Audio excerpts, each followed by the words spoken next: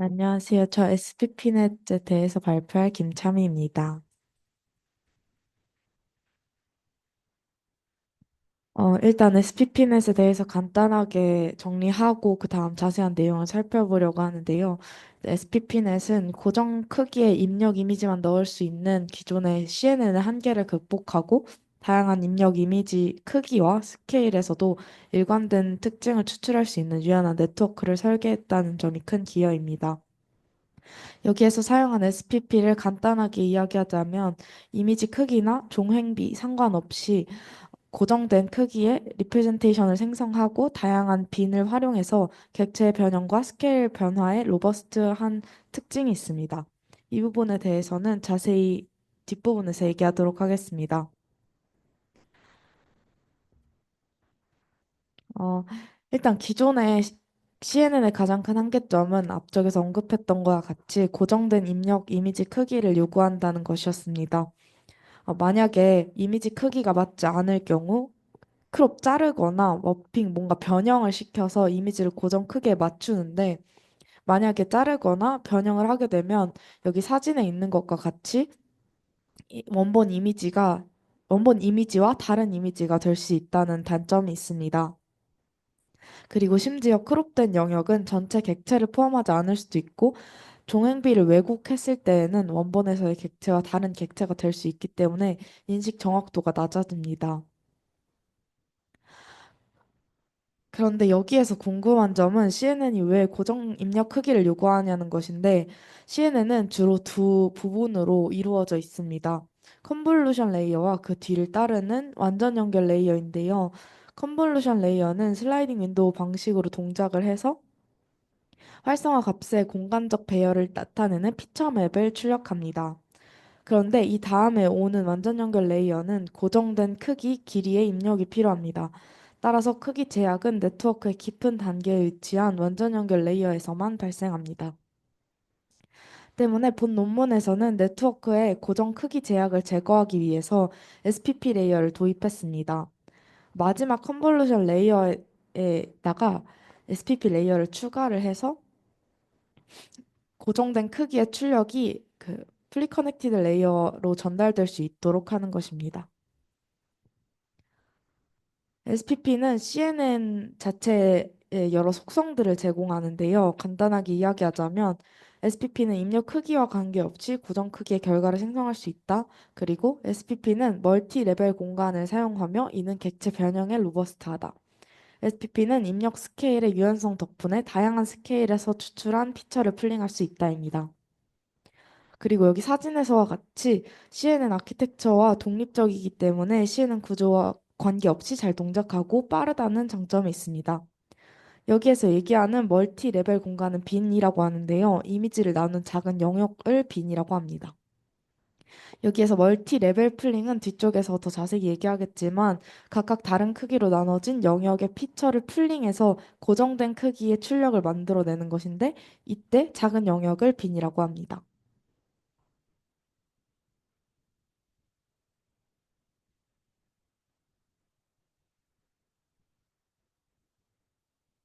일단 가볍게 살펴보자면 여기 첫 번째 사진에서 보면 각각의 피처맵에서 활성화된 부분이 가리키고 있는 모양들이 일정하게 활성화된 것을 볼 수가 있습니다. 이는 컨볼루션 레이어가 입력 이미지의 크기와 상관없이 동일한 방식으로 특징 추출이 가능하다 때문에 SPP 레이어가 유용하다라고 이야기하는 것인데요. SPP 레이어는 그 SPP 레이어 뒤에 오는 완전 연결 레이어는 고정 길이 벡터를 필요로 하기 때문에 우리는 가변적인 입력에서 SPP 레이어를 통해서 고정된 크기의 벡터를 추출할 수 있어야 합니다. 여기에선 어떤 방법을 사용을 했냐면 바로 특징을 풀링해서 집계하는 백오버월드 방식으로 생성을 했는데요. 바로 SPP는 그 백오버월드의 개선된 방식으로 로컬 스페이셜 빈에서 풀링을 해서 공간 정보를 유지합니다. 로컬 스페이셜 B는 이미지 크기와 비례하는 크기를 가지기 때문에 이미지의 크기가 커져도 상관없이 로컬 스페이셜 B의 개수가 일정합니다. 이 밑쪽에서 더 자세히 살펴보자면 이 SPP넷에서는 이 마지막 풀링 레이어 이 컨볼루션 레이어 이후에 풀링 레이어를 SPP 레이어로 대체합니다. 그래서 각 로컬 스페셜 빈에서 각 필터의 레스폰스를 풀링을 한 다음에 이때 출력을 K 곱하기 M 차원의 벡터로 나타냅니다. 이때 M은 로컬 스페셜 빈의 개수이고 K는 마지막 컨볼루션 레이어의 필터 수를 나타냅니다. 그래서 이렇게 고정 차원으로 벡터가 만들어지고 여기 위 사진을 예로 들자면 M은 로컬 스페이셜 빈의 개수이기 때문에 16개 더하기 4개 더하기 1개 그래서 21개이고 K는 256으로 완전 연결 레이어의 입력값 크기가 고정이 됩니다. 여기에서 학습을 여러 크기들을 받을 수도 있게 하고 하나의 크기를 받을 수도 있게 해서 학습을 진행을 하는데요. 일단 먼저 고정 크기 학습입니다. 기존 CNN과 같이 고정된 크기의 입력을 받는 네트워크를 학습시키는 방법인데요. 어, 이때 주어진 크기 이미지에 대해서 SPP에 필요한 빈 크기를 사전에 계산을 해서 이제 똑같이 피라미드 풀링을 진행을 하는 것입니다. 이때 살펴본 결과 이 3레벨 피라미드 풀링을 진행을 했을 때 더 높은 레벨 피라미드 풀링에서는 세밀한 지역 정보가 추출이 되고 더 낮은 레벨에서는 전반적인 구조 정보가 캡처되었다고 합니다. 그 다음으로 학습한 건 멀티 사이즈 트레이닝인데요. 이거는 여러 크기의 이미지로 훈련하는 방식을 의미합니다. SPP가 적용된 네트워크는 다양한 크기의 입력 이미지를 넣어도 되기 때문에 학습 시 입력 크기가 다양하다는 문제를 다루기 위해서 이때 224 by 224뿐만 아니라 180 by 180 크기를 추가적으로 고려했습니다. 이때 제가 궁금했던 거는 224 by 224를 따로 크롭하지 않고 180 by 180으로 리사이즈를 했다 하는 건데 두 가지 입력 이미지 크기를 고려를 하는데 왜 축소를 하지? 라는 궁금증이 들었습니다. 이때 어떻게 얘기를 하냐면 여기 결국 네트워크에서 이 두 가지 크기를 모두 학습을 하게 돼서 이 크기가 같아도 이미지 안에 중요한 부분 또는 이 객체의 스케일이 다르기 때문에 이를 학습시켜서 다양한 스케일에 대해서 좀 로버스트해지게끔 학습하는 게 중요하다고 합니다. 그래서 여기에서는 이 두 크기 이외에도 180 사이와 180과 240 범위 사이에서 그 크기를 임의로 샘플링해서 입력으로 사용하는 방법도 테스트했다고 합니다. 그리고 이를 여러 가지 이미지 데이터셋을 통해서 네트워크를 학습을 시켰는데요. 여기에서 그 컨볼루션 아키텍처 독립적이기 때문에 여러 네트워크에 적용을 해서 실험을 진행을 했습니다. 총 네 가지의 네트워크에 적용을 해서 모두 정확도가 향상되는 것을 볼 수 있었는데요. 일단 표 2의 B번을 보시면 싱글 사이즈 트레이닝을 사용한 결과로 기존의 SPP넷이 없는 모델보다 정확도가 향상되었다고 합니다.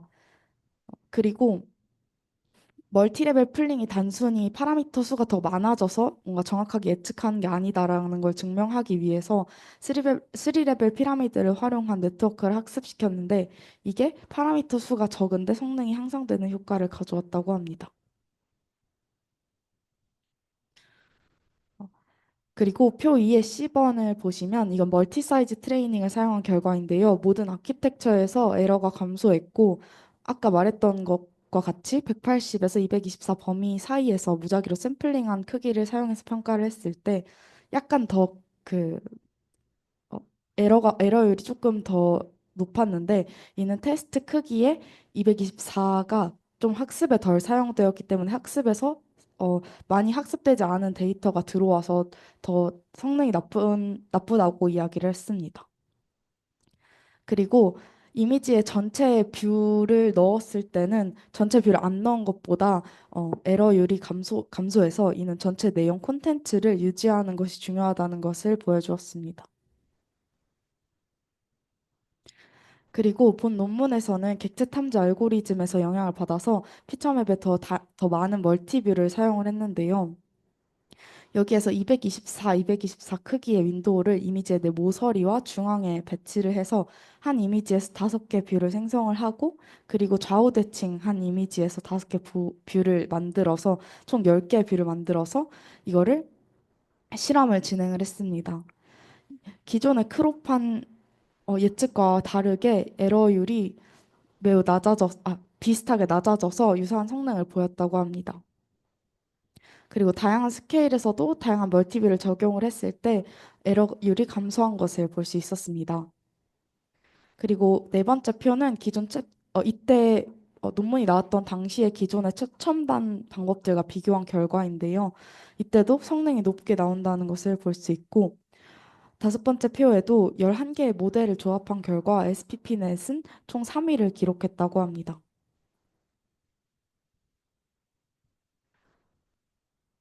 그리고 파스칼 VOC 2007년 데이터셋에서 측정한 SPP넷 MAP 결과는 여기에서 이 표에서 본 것과 같이 네트워크 깊이가 깊을수록 그리고 크롭을 하기보다 전체 내용을 유지할수록 그리고 베이스라인 모델의 성능이 높을수록 그리고 작은 변의 길이를 392로 하고 SPP넷을 적용을 할수록 전체 성능이 좋았다고 합니다.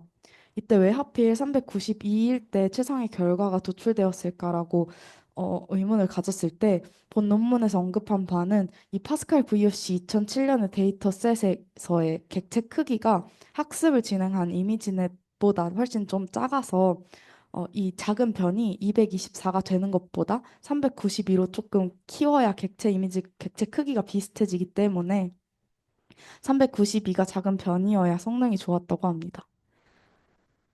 그리고 칼테크 101 데이터셋을 사용한 결과 완전 연결 레이어의 성능이 상대적으로 낮고 이 SPP 레이어의 성능이 더 우수한 것을 알 수 있었습니다. 그리고 스케일 중에서 이 한 변의 길이가 224일 때 그리고 왜곡된 이미지를 사용하지 않을 때 성능이 좋았다고 합니다.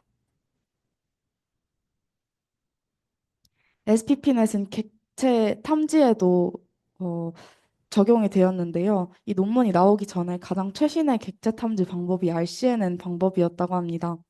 RCNN 방법을 간단하게 살펴보자면 먼저 셀렉티브 서치를 통해서 이미지에서 약 2,000개의 후보 윈도우를 추출합니다. 그런 다음에 각 윈도우의 이미지 영역을 고정 크기로 왜곡을 하고 사전 학습된 네트워크를 사용을 해서 각 윈도우 2,000개의 피처를 각각 추출한 다음에 그 해당 피처에서 이진 SVM 클래시파이어를 학습을 시켜서 결과를 출력합니다. 이때 매우 뛰어난 성능을 보였음에도 불구하고 이게 하나의 이미지당 약 2,000개의 윈도우에 대해서 이 딥 컨볼루션 네트워크를 반복적으로 적용을 해야 되기 때문에 시간이 많이 소요된다는 단점이 있었습니다. 객체 탐지 SPP넷을 사용을 했을 때는 간단하게 이야기하자면 일단 첫 번째로 전체 이미지에서 한 번 피처 맵을 추출하고 각 후보 윈도우에 대해서 스페이셜 피라미드 풀링을 적용을 해서 각각의 윈도우의 고정 길이 표현을 생성을 합니다. 결국 이 SPP넷은 컨볼루션 연산을 한 번만 수행하기 때문에 RCNN보다 훨씬 빠르게 실행이 되고 RC 실행이 됩니다. 왜냐하면 RCNN은 윈도우별 특징을 이미지의 영역에서 직접 추출하지만 SPP넷은 윈도우별 특징을 피처맵의 영역에서 추출하기 때문입니다. 어, SPP넷이 탐지에 어떻게 쓰이는지 조금 더 자세하게 살펴보았을 때 일단 이미지에서 컨볼루션 레이어를 거쳐서 피처맵을 구하고 피처맵에서 윈도우를 추출한 뒤 스페셜 피라미드 풀링을 적용합니다. 여기까지는 위에서 얘기한 클래시피케이션과 똑같지만 이후에 각 후보 윈도우에다가 포레벨 스페이셜 피라미드를 사용을 해서 피처를 풀링하는데 이때 1 by 1, 2 by 2, 3 by 3, 6 by 6로 해서 총 50개의 빈을 사용을 합니다. 그래서 네트워크 FC 레이어에 이 리프레젠테이션을 입력을 하고 SVM 분류기를 학습을 해서 이때 포지티브 샘플과 네거티브 샘플로 나누는데 포지티브 샘플은 이 실제 객체와 50% 이상 겹치는 윈도우고 네거티브 샘플은 객체와 30% 이하로 겹치면서 이 네거티브 샘플과 이 다른 네거티브 샘플과 70% 이상 겹치지 않는 윈도우입니다. 이때 SVM 분류기 학습을 위해서 하드 네거티브 마이닝을 적용을 했다고 하는데요. 하드 네거티브 마이닝은 모델이 쉽게 구분할 수 있는 너무 이건 오답이다 하는 이 네거티브 샘플 대신 이 잘못 분류할 가능성이 높은 샘플을 선택을 해서 학습 데이터로 추가하는 이 학습에 집중을 하게 만드는 거라고 합니다. 그래서 간단하게 이야기하자면 객체 탐지에서 모델이 헷갈리는 샘플을 학습 데이터로 추가하는 기법입니다. 이는 모델이 어려운 샘플에 대해서 자꾸 학습하게 함으로써 더 나은 일반화 성능을 갖추도록 도운다고 합니다. 그리고 테스트 단계에서는 분류기를 사용해서 후보 윈도우들이 뽑히면 이걸 점수화하고 넌 맥시멈 서프레션을 적용을 해서 점수가 높은 윈도우를 선택을 했습니다. 이때 NMS는 객체 탐지에서 중복된 검출 결과를 제거하고 가장 신뢰할 수 있는 탐지 결과만 남기는 후처리 방법입니다. 간단하게 이야기하자면 탐지 결과의 이 컨피던스 스코어를 기반으로 겹치는 바운딩 박스, 즉 중복된 바운딩 박스 중에서 가장 신뢰도가 높은 하나의 박스만 유지하는 방식입니다. 그리고 디텍션 리절트를 보면 9번째 표와 10번째 표를 봤을 때 둘 다 성능 이 9번째 표는 다양한 레이어와 다양한 스케일을 사용한 결과이고 이 10번째 표는 GF5 모델을 사용을 했을 때 RCNN과 비교한 결과를 보여줍니다. 그리고 11번째 표를 보면 카테고리별 탐지 결과와 다른 방법과 비교한 결과를 보여주는데 전체적으로 SPP넷이 RCNN과의 비교해서 유사하거나 더 나은 성능을 보이며 특히 멀티 스케일과 바운딩 박스 회귀를 통해서 성능이 향상된 것을 알 수 있습니다. 특히 SPP넷의 멀티레벨 풀링과 GF5 기반 아키텍처가 성능 개선에 중요한 역할을 했다고 합니다.